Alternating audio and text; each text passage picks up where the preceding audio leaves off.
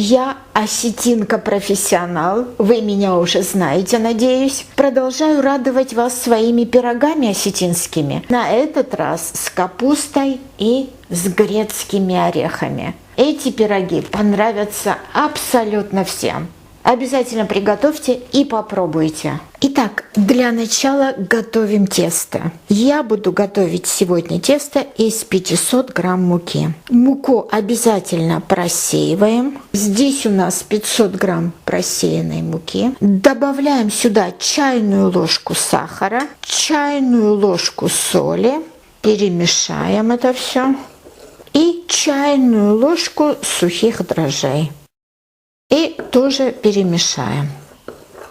Осталось добавить воду и замесить тесто. Здесь у меня 400 мл воды комнатной температуры. Как я вам уже много раз говорила, мука всегда разная и может понадобиться больше или меньше, в зависимости от того, какая у вас мука. И плюс еще, знаете, некоторые любят работать с жидковатым тестом, а некоторые, наоборот, не любят работать с жидковатым тестом. То есть это уже от вас зависит. Добавляем воду, перемешиваем. Как вы видите, у меня еще очень много здесь муки, не вмешанной в тесто, поэтому я еще добавлю воду.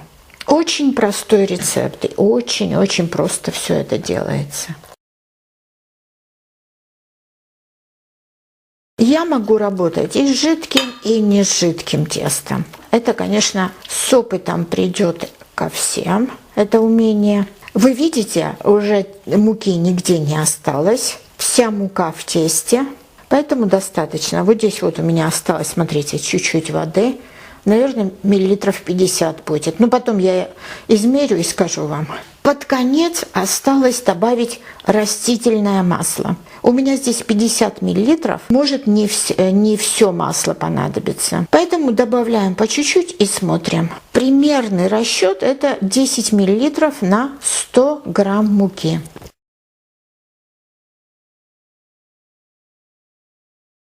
Посмотрите, какое чудесное тесто мы замесили. Под конец еще сверху мы вот так немного добавим растительного масла.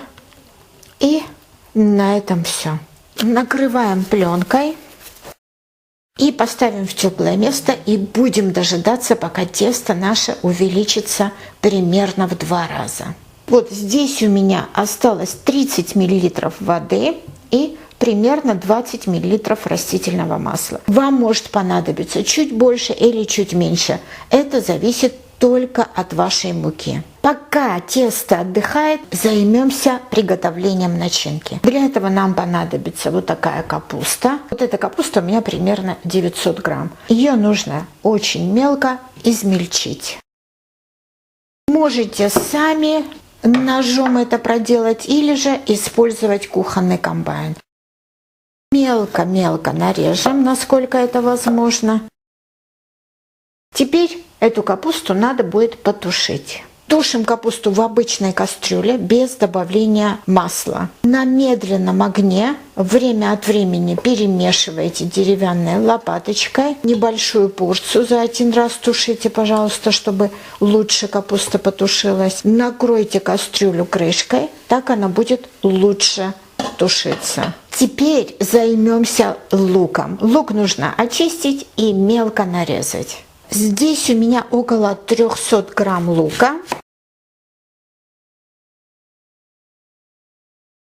Капуста уже достаточно потушилась. Не надо очень долго ее тушить. Как только она размягчится, убирайте с огня и следующую порцию тушите. Также накрываем крышкой и на медленном огне тушим. Пока наша капуста тушится, на растительном масле обжарим мелко нарезанный лук. Лук обжарен, капуста потушена. Убираем это все с огня и продолжим. Когда капуста слегка остынет, чтобы не обжечься, мы ее хорошенько отожмем. Сжимаем, чтобы удалить излишнюю жидкость. Насколько возможно, удалите всю жидкость. Как вы помните, у меня было примерно 900 грамм свежей капусты, тушеной получилось 538 грамм. Это так, для общей информации. Сюда нужно добавить обжаренный лук. Лука у нас получилось примерно 150 грамм. И еще я добавлю в эту начинку примерно 300 грамм грецких орехов. Пропорции ингредиентов можно менять. Можете добавить больше лука, меньше орехов. Можете добавить больше капусты. То есть сами выбирайте, какая пропорция именно вам подходит. Принцип приготовления я вам показываю, а потом уже пропорции сами выбираете. Грецкие орехи нам надо будет измельчить. Для этого можно использовать или кухонный комбайн, или же мясорубку. Орехи тоже добавим к капусте с луком. Чистой рукой хорошенько перемешайте вашу начинку. Не забудьте добавить соль. Соль, конечно, по вашему вкусу добавляйте. Также сюда можно добавить черный перец. Но это по вашему желанию. Если не хотите, можете не добавлять. И еще раз все хорошенько перемешайте, попробуйте, если соль, перец, все достаточно, начинка будет готова. Очень и очень вкусная начинка. Итак, начинка готова. Пока мы готовили начинку, посмотрите, как наше тесто чудесно выросло. Посмотрите, какое чудесное тесто получилось, видите?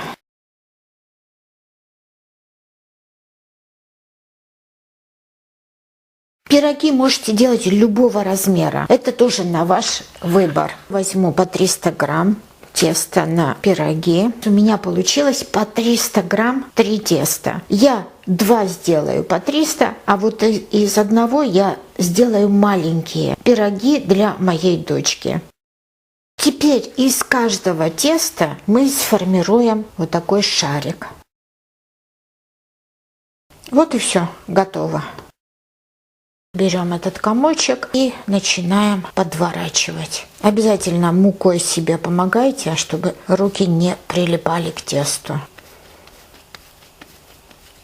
И второе готово. И теперь вот эти маленькие пироги для Аличи мы сделаем.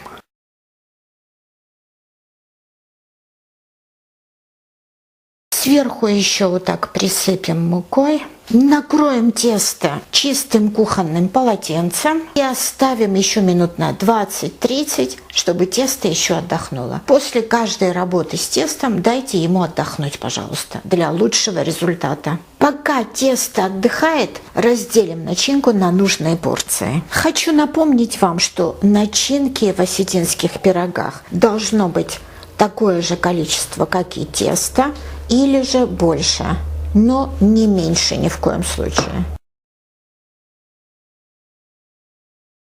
Прошло около 30 минут. Посмотрите, тесто прекрасно отдохнуло, поднялось. И теперь займемся формированием пирогов. Посмотрите, какое чудесное тесто. Посмотрите. Как пушинка. Очень хорошее тесто. Берем начинку и кладем на середину нашего теста. У меня 300 грамм теста и 340 начинки вот здесь. Теперь самое главное собрать вот эти вот все края и соединить в середине. Очень и очень просто.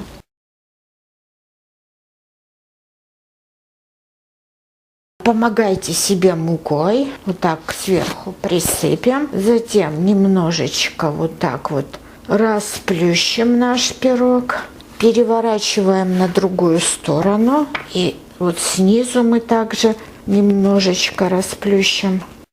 Чем тоньше пирог осетинский, тем искуснее считается хозяйка. Обязательно вот эта вот сторона, где мы собирали пирог, вот эта сторона должна быть сверху. Выпекать я буду вот на такой бумаге для выпекания. Для того, чтобы легче было перенести на горячий противень, я беру вот что-то, подкладываю под бумагу, переносим этот пирог сюда. Видите, как легко переносится. И здесь продолжим формировку нашего пирога. Постарайтесь придать равномерную толщину вашему пирогу со всех сторон. Обязательно в середине сделайте дырочку, чтобы воздух во время выпекания выходил вот через эту дырку и пирог не раздулся. Выпекаем в очень хорошо разогретой духовке. Духовка должна быть разогрета до максимальной температуры, какая у вас есть в духовке. У меня это 240 градусов. Мне нужно минут 10, чтобы пирог полностью выпекся. И посмотрите на наш пирог. Около 10 минут я продержала этот пирог в духовке.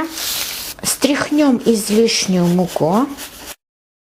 Если вы придерживаетесь поста, то тогда поверхность вот этого пирога смажьте растительным маслом. Если же вы не придерживаетесь поста, тогда сливочным маслом хорошенько, обильно обмажьте поверхность осетинского пирога. И давайте разрежем и попробуем. Посмотрите, как чудесно выглядит наш пирог. Сколько начинки внутри. И снизу, и сверху очень хорошо пропекся. Самое время пробовать. Очень и очень вкусно. Обязательно приготовьте, обязательно попробуйте. Вы будете очень довольны. Спасибо за то, что смотрите. Подписывайтесь на наш канал, ставьте лайки, делитесь нашими видеорецептами со своими друзьями и пишите комментарии обязательно.